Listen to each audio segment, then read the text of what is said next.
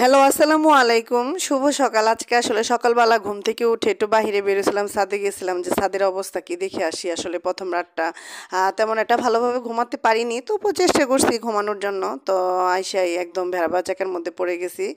সকালে আব্বাকে ১ কাপ চা দিলাম। চাটা দিয়ে আমি আসলে একটু ছাদে আসছি। তো ছাদ-টাদ ঘোরা শেষ হয়ে গেছে। এখন আসলে নিচে যাব। নিচে গিয়ে দেখব যে আর কি আসলে কাজ আছে। কারণ আসলে আমি এবার বড্ড ঝামেলায় পড়ে যাব দিন, দিন মনে হচ্ছে আমার এখনই।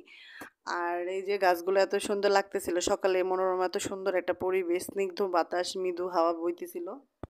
শ্বশুরবাড়িতে এসে আসলে ব্যস্ত হয়ে গেছি। সকাল, সকাল আসলে ঘুম থেকে উঠে একটু দাঁতটা ব্রাশ করে সকাল ৭টার দিকে নিচে নামলাম। নিচে নেমে আমি একটু করলা গাছ থেকে করলা উঠাইলাম। তো আসলে আমার শ্বশুর বলতেছিল যে, "করলা হইছে অনেকগুলো করলা উঠাই নিয়ে চলে আসো।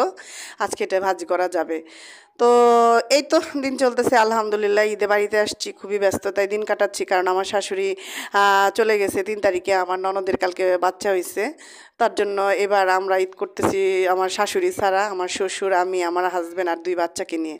করলাগুলো এত তাজা ছিল, তো চাচিরা সবাই বলল যে এই করলা নাকি তিতা হয় না, ছোট ছোট করলা তিতা হয়। তো করলা নিয়ে আসবার সময় চাচির সাথে দেখা, চাচি বললো কাঁঠাল আসবার সময় দেখলাম গাছে মানে অনেকগুলো কাঁঠাল পাকছে। সকালবেলাকা দেখলাম যে চাচি আসলে কাঁঠাল ভাগাভাগি করতেছিল। তো বললো যে বউ একটা কাঁঠাল নিয়ে যাও, প্রথম কাঁঠাল ভেঙে খাও, কেমন অবস্থা। তো আমি সুন্দর করে কাঁঠাল নিয়ে আসলাম। লাঠাল নিয়ে এসে সুন্দর করে সরিষার তেল দিয়ে হাতটা মাখায় কাঁঠালে যে হাতটা না দিলাম, গলা পাতলা টাইপের কাঁঠাল। তো ভাবলাম যে প্রথম দিকে মনে হয় বেশি পেকে গেছে, গাছ পাকা যেহেতু পরেরগুলো মনে হয় ভালো বের হবে।